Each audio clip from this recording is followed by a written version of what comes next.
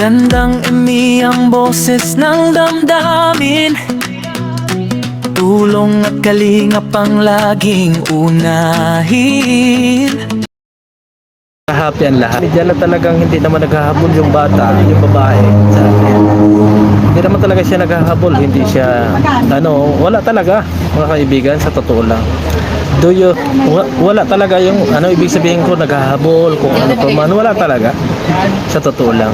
Next, maganda ang nangyari, mga kaibigan, kasi may masasaya, di ba? Okay lang yun. Kung masaya sila, masaya na rin ako. Okay na yun, tapos na yun. Gadol, totoo bang may anak ka na? Totoo daw po. Okay, totoo, pero alam niyo, matagal na yun eh. Ngayon na anak ka? Matagal na yun, bakit ko naman itatago yun? Ano naman yun, mga kaibigan? So, may proseso, bakit ko sinasabi?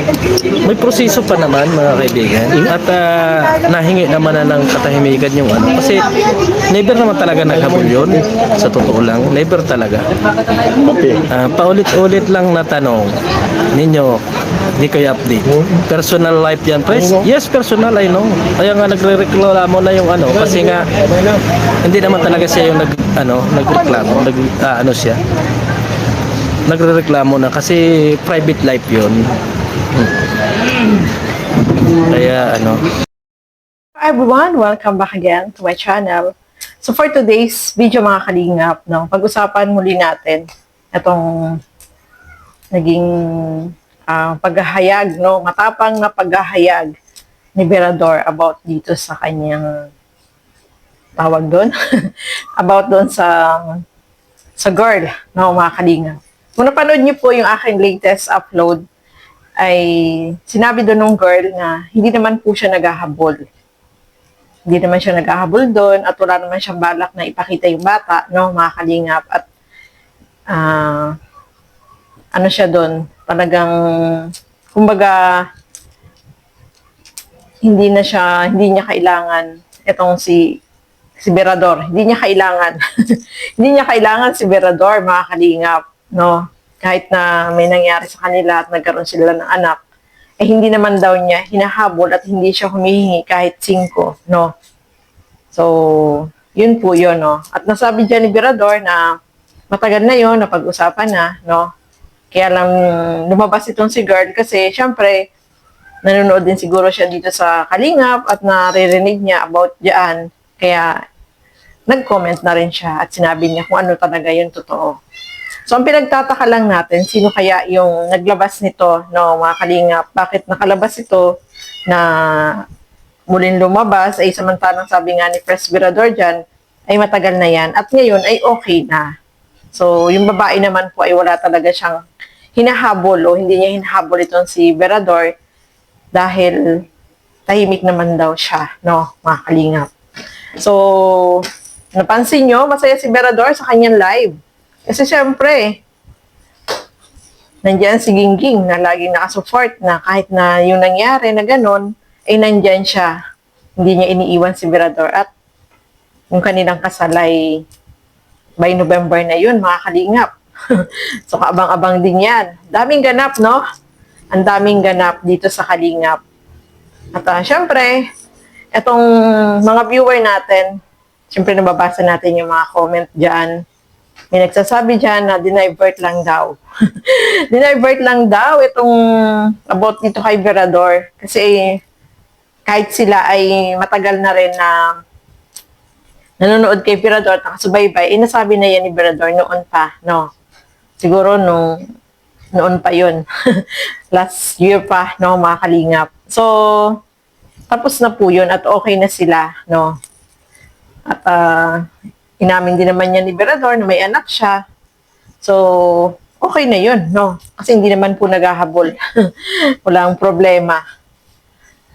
So, yun po, mga kasukay, mga kalingap. Kaya, din lumabas itong si girl, napakomment siya sa live dahil, syempre, nag-ano din siya, pinotektahan niya rin yung sarili niya. Kasi, syempre, marami yung nababasya siya na hindi magagandang comment, nababas din siya doon. So, hindi na niya napigilan. Pero wala naman siyang ibang gusto na mangyari, kundi ang katahimikan lang ng mga kalingap na wag na siyang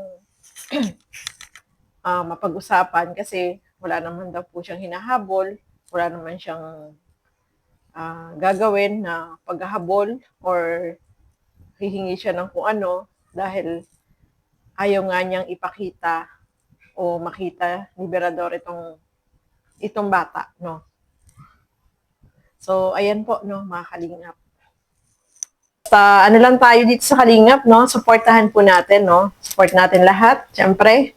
At alam natin, tuloy-tuloy yung ginagawang pagtulong at lalo na, especially si Kuya Val, no, mga kalingap. Kung may mga charity vlogger na nagpapasaway or merong hindi nila ginagawa yung kanilang mga charity work, doon natin, papansinin po natin yan, no, mga kalingap. Nandiyan ang Haraba para mag-remind, no, sa mga charity vlogger na hindi sumusunod at hindi gumagawa ng charity work dito sa Kalingap. Nandito tayo sa Kalingap para mag-support. Nandito tayo para magawa ng tuloy natin yung pagcha-charity, no, para tumulong, no, mga Kalingap. So, ano kaya ang mangyayari? Yung suspension kaya ni Pres Berador ay, kagad, mawawala. Sa ngayon po is suspended si Pres Berador ng 1 buwan, no? Hindi siya pwede mag-topic ng mga about dito sa Kalingap. Ano lang yun, mga live lang siya. At saka ano na lang po tayo, no? Move on na lang tayo dun sa nangyari. Mag-move on na lang tayo. Mas maganda, maging positibo lang sa buhay natin, no, mga Kalingap. Pero dito sa Kalingap talaga is maraming issue, maraming magagandang nangyayari, marami tayong sinusubaybayan, no? Kaya support na lang tayo dito sa Kalingap. At lang tayo dito, focus kung ano yung ating mission dito sa Kalingap na tumulong as a reactor. Mga kasukay, mga Kalingap. Maraming salamat po sa inyong walang sawang panonood at pagsuporta dito sa aking mga ginagawang reaction video. Siyempre, supportahan po natin Bal Santos Matubang, Kalingap Rob at Edna Vlogs. Supportahan natin si Berador, no, mga Kalingap. So, hanggang dito na lamang po muna. Maraming salamat po. At hanggang sa muli, keep safe everyone. Thank you for watching. Mabuhay po tayong lahat. Bye-bye!